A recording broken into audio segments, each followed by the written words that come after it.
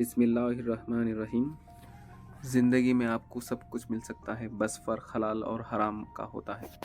आपकी ज़िंदगी में एक ऐसा पल ज़रूर आएगा जब जिस चीज़ की आपको ज़रूरत होगी वो आपको बहुत आसानी से मिल रही होगी, पर इसको पाने के लिए आपको हराम तरीक़ा अपनाना होगा।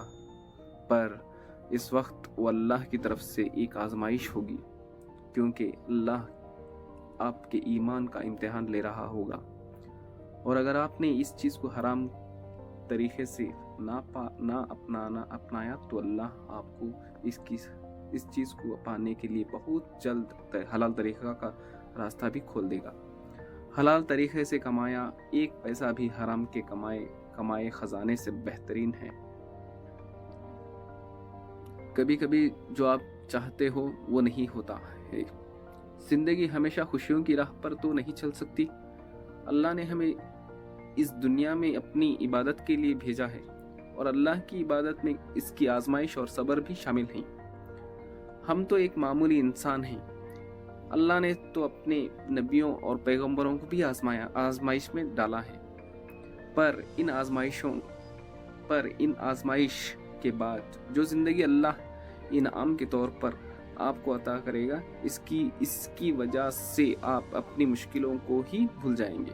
तो बस अल्लाह पर भरोसा रखें, आपका भी अच्छा वक्त ज़रूर आने वाला होगा इंशाअल्लाह। गुनाह सबसे हो जाते हैं, गलतियां सब करते हैं, पर गुनाह करने के बाद अल्लाह से इस गुनाह की माफ़ी मांगना किस्मत वालों को नसीब होता है। अगर आप इससे कोई गुनाह हो जाए तो जितनी जल्दी हो सके अल्लाह से माफ़ी मांग ले। बेशक अल्लाह बेहद रहीम है और माफ़ करने वाला है। आपके गुनाह अर्श से फर्श तक भी क्यों ना हो, अल्लाह इन्हें भी एक आंसू के बदले माफ़ कर देगा। जब इंसान अपने आंसुओं को अल्लाह की याद में बहाता है तो इन आंसुओं की अहमियत दुनियावी चीज़ों से अफजल हो जाती है। अल्लाह को याद करने वाला, अल्लाह का जिक्र करने वाला और अल्लाह से बातें करने वाला शख्स ही कामयाब की राह पर सवार होता है। हो सकता है उसे इस दुनिया में कामयाबी हासिल ना हो, क्योंकि ये दुनिया तो मोमिन के लिए सिर्फ एक कैद खाना है। हमारी असल जगह तो आखिरत है, और आखिरत में कामयाबी पाना ही असल कामयाबी है।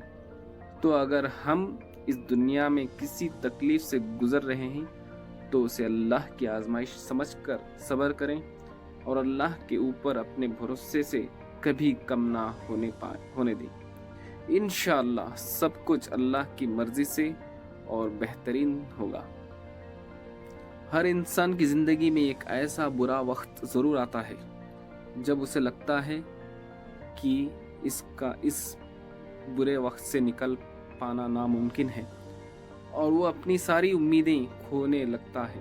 पर कुछ वक्त के बाद वो बुरा वक्त इसकी ज़िंदगी से यूं निकल जाता है जैसा कुछ हुआ ही ना हो।